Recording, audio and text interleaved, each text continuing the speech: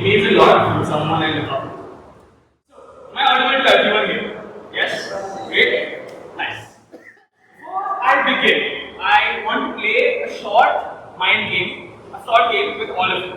So, we all close our eyes for just a second. Close our eyes. I want you guys to imagine a person in your life. It can be anyone. It can be someone that you love. It can be someone that you hate. It can be someone random that you met the other day. Cool? Now, think about a moment that you associate with that person. Or maybe a feeling. Good? Done? You can open your eyes now. It's a very simple game. Okay? I see a lot of different faces, a lot of different emotions across it. Isn't it magical to think about the fact that our brains, our minds can act as time machines where we can transport ourselves to someplace altogether different, even if it is just for a second. So, I want you guys to hold on to that emotion for just a minute. So, good evening everyone. I am Devraj, and it is my privilege to deliver my P1 speech to all of you. As Toastmaster Shwan said, P1 is all about one person. See, in our curriculum, it's described simply as introduce yourself. So now I have the license to simply talk about myself, unlock my inner self-narcissist, and rant about anything I want for the next few minutes. And there is nothing any of you can do about it, except for listen, or maybe do.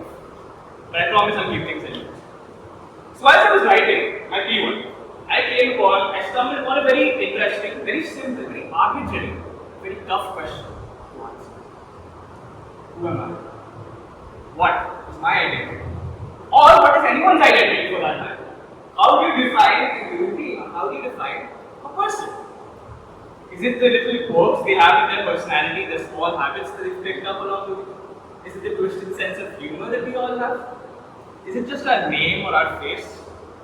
Is it our interests or our hobbies? For some, it is their profession or the branch that they are pursuing. In a typical Indian household, the identity becomes your marks, your rank. And for some people, your identity is simply the digits in your bank account. See, we as people, we learn and we evolve over time, right? See, we can change through experiences, through lessons, through a lot of things. So, if a person can be unrecognizable from what they were even a year ago, how can you even define who they are? How can I define who I am? How can I even introduce myself to a crowd when I don't even know who I am? Have I even discovered my true self? So, these questions have been stumped from. And I think I may have found an answer. My answer. And I'll get you guys there in just a minute. So to get there, I want to take you guys through glimpses of my journey to how I ended up here on the stage in front of you guys. And what better place to start this journey with the person when it all began? My mother. My mother is one of the most interesting people, no, the most interesting person I've ever met, for sure. She is like the typical Indian mom who has a million mood swings and emotional turmoil all over the day. One minute, she's hugging me, she's kissing me, she's proclaiming to everyone who can hear about how proud she is of me. And the next minute, she's beating me up with a bat, she's scolding me, taunting me for something that I did a week ago. And the worst of all, of course, every Indian mother's trump card, emotional and but it's for everything. There's a lot of things I'm very close with my mother. I'm very close to my mother. And I used to come back every day to home when I was a kid. And she used to ask, Beta, how was school? And we used to chit chat and catch up on our daily routines.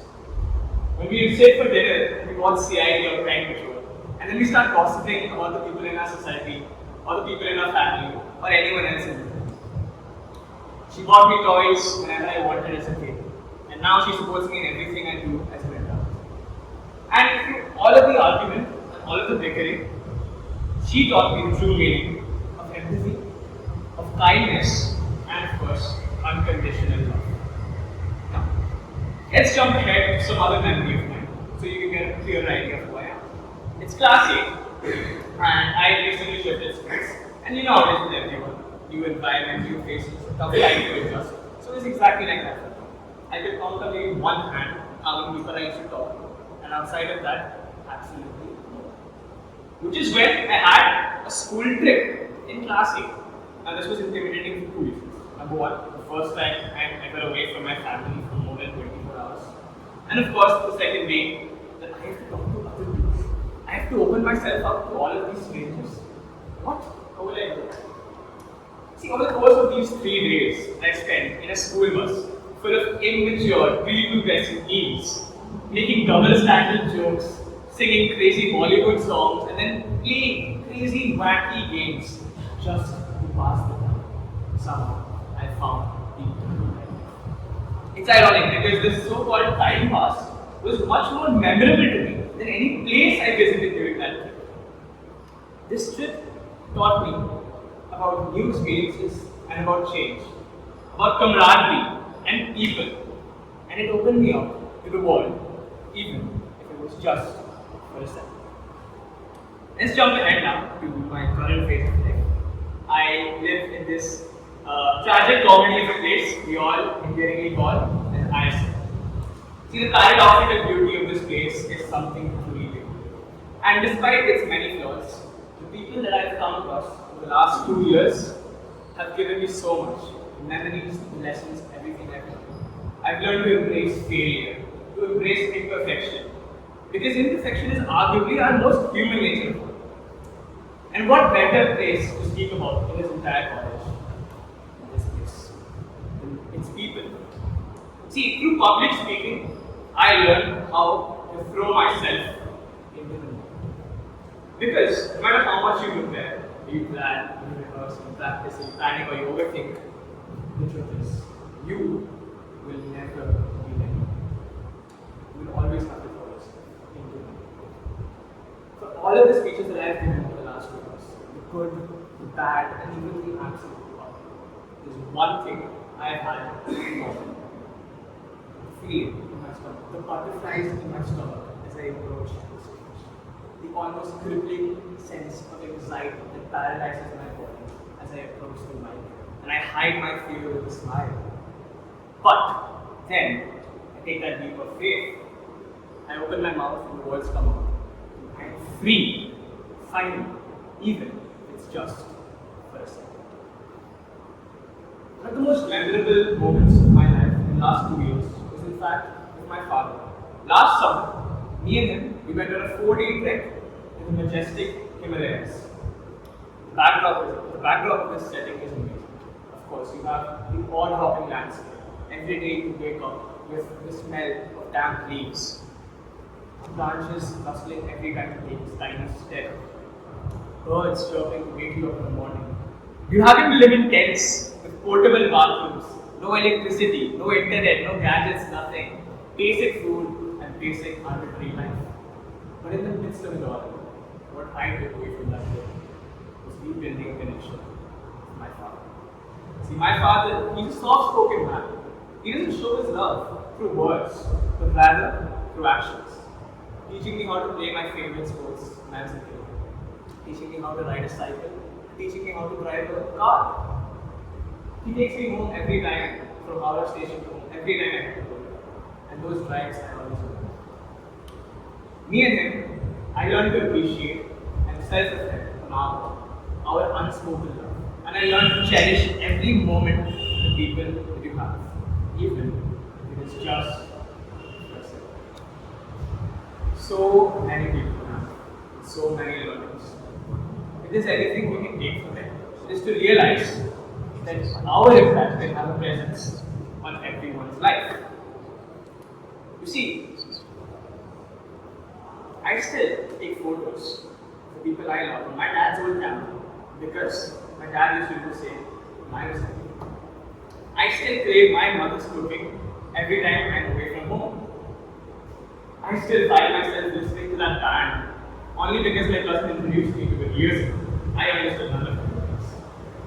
I still thoroughly enjoy reading a book that was recommended to me by my class teacher in class 9. I still have a comfort TV show that I watch, and I only ever watched it because my close friend forced me to watch it. And I never even really liked it in the beginning. I text and I talk the way I'm shaped by people that I don't even text and talk to anymore. My jokes and my sense of humor have been stolen from fleeting conversations I've had with people that I miss every day. See, if me and you have even crossed paths briefly, then your fingerprints have left an impression in my soul and on my ancestors. See, I thought my P1 was all about me. But whilst writing it, I found something different altogether. So I found the person that I am, the person I've become, and the person I aspire to be. I think I'm shaped by the people that surround me. So I felt it was apt to not dedicate this speech not to myself, but to everyone that I've ever loved, and to everyone I ever will love. So maybe, just maybe, I think I have found my answer to the question of who am I. I am a mosaic of everyone I have ever loved, even for a second, even for a heartbeat.